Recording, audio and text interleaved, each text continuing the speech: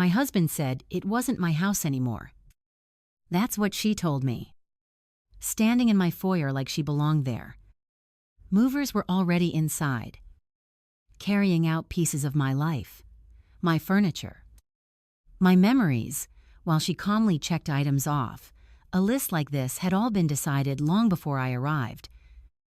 Edward asked me to handle this, she said, smiling like I was just a problem being resolved. It's time for you to leave. For a moment, I didn't say anything. I just looked at her. And then I laughed. Not because it was funny, but because she had no idea what she had just walked into. She didn't know whose house she was standing in. She didn't know whose name was on the deed. And she definitely didn't know who I was when I stopped staying silent. My name is Teresa Hale. I'm 62 years old, a wife of 36 years, or at least I was. If you're watching this, tell me where you're from and what time it is. I read every comment. Because this isn't just a story about betrayal. It's about what happens when someone tries to erase you from your own life, unaware you were the one holding everything together. Now let me tell you how everything actually began. Edward and I didn't inherit anything. Not the house. Not the stability. Not the life people later assumed had always been there. We built it piece by piece, starting from a place where every decision mattered because failure wasn't an option, it was a consequence.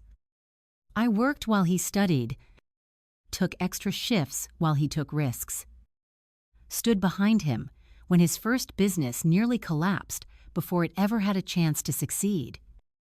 Those years didn't look impressive from the outside, but they were real, honest, built on effort, on sacrifice, on the kind of partnership that doesn't need to be explained because both people feel it equally. Or at least, I thought we did. Somewhere along the way, that balance shifted. Not all at once. Not in a way you can point to and say, this is where everything changed. It happened slowly. In the way he started speaking about things. My work. My house. My decisions. Words that used to include me no longer did. At first, I ignored it. Because when you've spent years building something together, you don't question it. The moment it starts to feel different, you protect it. You convince yourself it's temporary. That stress changes people. That success changes perspective. But success doesn't change who you are. It reveals it. And what it revealed in Edward was someone who had started rewriting our history in his own favor. The longer I stayed quiet, the easier that version became for him to believe. And the more he believed it, the more I disappeared from the story we had once shared. By the time I noticed how far that had gone, it wasn't just language that had changed. It was behavior. Distance. Absence. Late nights that didn't need explanation because I stopped asking. Conversations that ended before they began. And a silence between us that felt less like peace and more like something being quietly replaced. Looking back now, I understand something I didn't allow myself to see then. When someone slowly removes you from your own life, it doesn't happen loudly. It happens in moments so small you choose to ignore them. Until one day, you realize you're no longer part of the decisions being made around you. And by then, they've already decided what happens next. It didn't happen with a confession. No dramatic moment. No apology. No truth offered out of guilt. It happened the way things like this usually do, through fragments that didn't seem connected until they were impossible to ignore. A name appearing too often on his phone. Messages that disappeared too quickly. Calls taken in another room with the door half closed. like he wanted privacy, but not suspicion. I noticed everything. I just didn't react. Because reacting too early means losing control of the situation before you understand it. And something in me, something that had spent decades navigating people, decisions, and consequences told me this wasn't just about betrayal. This was about positioning. The moment I saw the email he forgot to close, everything became clear. Not emotional. Not shocking. Clear. It wasn't just an affair. It was attachment. Intent. Planning. The kind that doesn't end on its own because it was never meant to be temporary. And once I saw it, I started watching more carefully. Patterns formed quickly. Financial conversations he no longer included me in. Documents he signed without discussion. Small remarks about simplifying things. About making decisions easier moving forward. At the time, those phrases sounded neutral. Now I understand they were strategic. Because slowly, almost invisibly, the narrative began to shift, not just in his behavior, but in how he described me. Forgetful, emotional, resistant to change. Words that sound harmless on their own, but together create a very specific image. The kind of image that can be used later. That was when I stopped thinking like a wife and started thinking like someone being removed. Because removal doesn't always come with force. Sometimes it comes with preparation. With quiet adjustments that make your absence seem reasonable when it finally happens. And the most dangerous part is that it doesn't feel like an attack while it's happening. It feels like confusion, like distance, like something you can still fix if you just wait long enough. But I didn't wait. Not anymore. Because once you understand that someone is rewriting your role in your own life, the only mistake left to make is pretending you still have time to stop them without changing how you respond. And that was the moment everything inside me shifted. Not into anger. Into clarity. So I stopped reacting, and I started preparing. I didn't confront Edward. I didn't mention the messages, the email, or the shift in his behavior, because confrontation would only give him time to adjust, to hide better, to control the narrative before I understood it completely. Instead, I watched. I documented. Every financial change. Every document I wasn't shown. Every subtle remark that positioned me as less capable than I had always been. And then I made one decision that changed everything I called a lawyer. Not out of fear, but out of clarity. Because by that point, I wasn't dealing with a marriage anymore.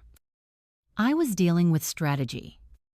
The first time I sat across from Diane, I didn't speak like a wife. I spoke like someone who needed to understand exactly where she stood. And what she told me confirmed everything I had already begun to suspect. The house, the one Edward had started calling his, was never his. It had been placed in a protected trust under my name years earlier, structured in a way that couldn't be altered without my consent. Legally secure. Intouchable. Which meant something very simple. Edward already knew this.